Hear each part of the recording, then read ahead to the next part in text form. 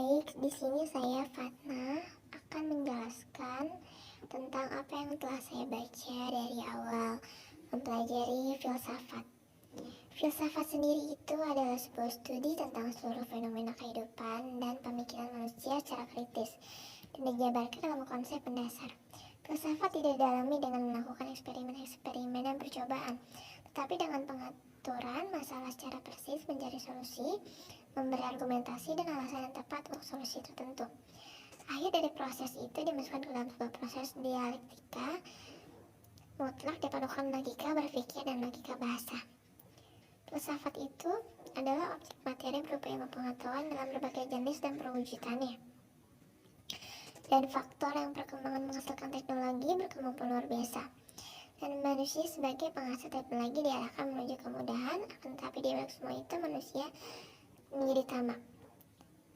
Serta menuju kemudahan, akan tetapi di balik itu semua manusia menjadi tamak, serakah dan manusia apa terhadap tugasnya. Sebagai khalifah, bahkan manusia kehilangan moral dan iman, seperti individual, egois, dan eksploitasi dalam lingkungan, bahkan terhadap Tuhan. Dengan kenyataan seperti itu, filsafat hadir di tengah keragaman ilmu pengetahuan, teknologi dalam rangka meluruskan sehingga terarah pada pencarian tujuan. Demikian ilmu pengetahuan harus berdasarkan aspek ontologi, epistemologi, dan aksiologi. Dengan demikian filsafat dapat menetralisir kemungkinan-kemungkinan yang muncul. Berdasarkan uraian tersebut, filsafat ini hadir dengan memikul tanggung jawab yang berat. Karena di samping menasihati teman-teman ilmu pengetahuan juga memikirkan bagaimana ilmu pengetahuan berdaya berguna dalam manusia. Dan beberapa poin berikut yaitu menumbuh kembangkan ilmu pengetahuan untuk menuju kemuliaan sehingga mampu menembus dimensi, membentuk dan mengembangkan wawasan epistemologi ilmu pengetahuan untuk moralitas dengan intek dapat menjawabkan bukan hanya kepentingan subjek manusia melainkan juga kepentingan dalam kebuktian yang menyeluruh. Manusia adalah makhluk Tuhan yang paling sempurna eksistennya. Tersusun atas kesatuan jiwa dan raga serta eksisten sebagai individu yang bermasyarakat. Manusia sebagai makhluk yang lemah yang tidak dapat berbuat apa terhadap Sang Pencipta kecuali pasrah. Segala potensi alam cipta Tuhan oleh manusia perlu diolah agar lebih bisa memberikan pemenuhan kebutuhan sesuai dengan kebutuhan manusia.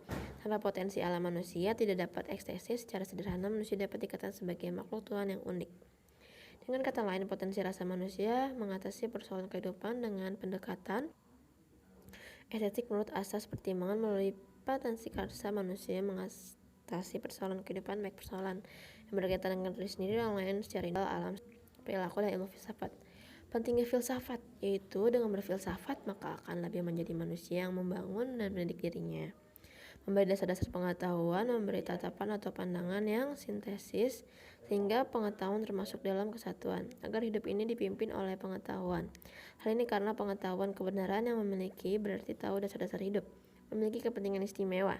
Hal ini karena filsafat memberi dasar-dasar ilmu pengetahuan yang lainnya tentang manusia, sosiologi, ilmu mendidik, ilmu jiwa, sebagaimana pentingnya filsafat terhadap manusia. Filsafat mencoba untuk menyatukan hasil-hasil dari bermacam-macam sains, hasil-hasil dari macam sains ke dalam sebuah pandangan dunia yang konsisten. Filosofi cenderung tidak jadi spesialis seperti para ilmuwan. Ia menganalisa suatu benda maupun masalah dengan sudut pandangan yang sifatnya menyeluruh. Demikian, itulah hasil yang telah saya simpulkan dari bacaan saya selama belajar tentang filsafat. Mohon maaf ada kata-kata yang salah. Terima kasih. Wassalamualaikum warahmatullahi wabarakatuh.